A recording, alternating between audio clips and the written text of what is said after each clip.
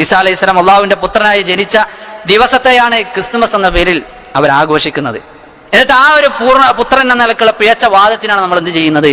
അതിനാ നിലക്ക് ആശംസ കൊടുക്കുന്നത്, ഗ്രീറ്റിംഗ്സ് കാർഡ് കൈമാറുന്നത്, ചാറ്റിംഗ് അയക്കുന്നത്, SMS കൊടുക്കുന്നത്, കേക്ക് മുറിക്കുന്നത്, പുൽക്കൂടുണ്ടാക്കുന്നത്, ബാൻഡും ചാട്ടവും ആഭാസവും ഒക്കെ നടക്കുന്നത്. നമ്മുടെ ഉപ്പാക്കൊക്കെ അവിഹിതത്തിലൊരു മകനുണ്ട് എന്ന് പറഞ്ഞാൽ അത്തരം ആളുകളോട് നമ്മുടെ സമീപനം എങ്ങനെയായിരിക്കും?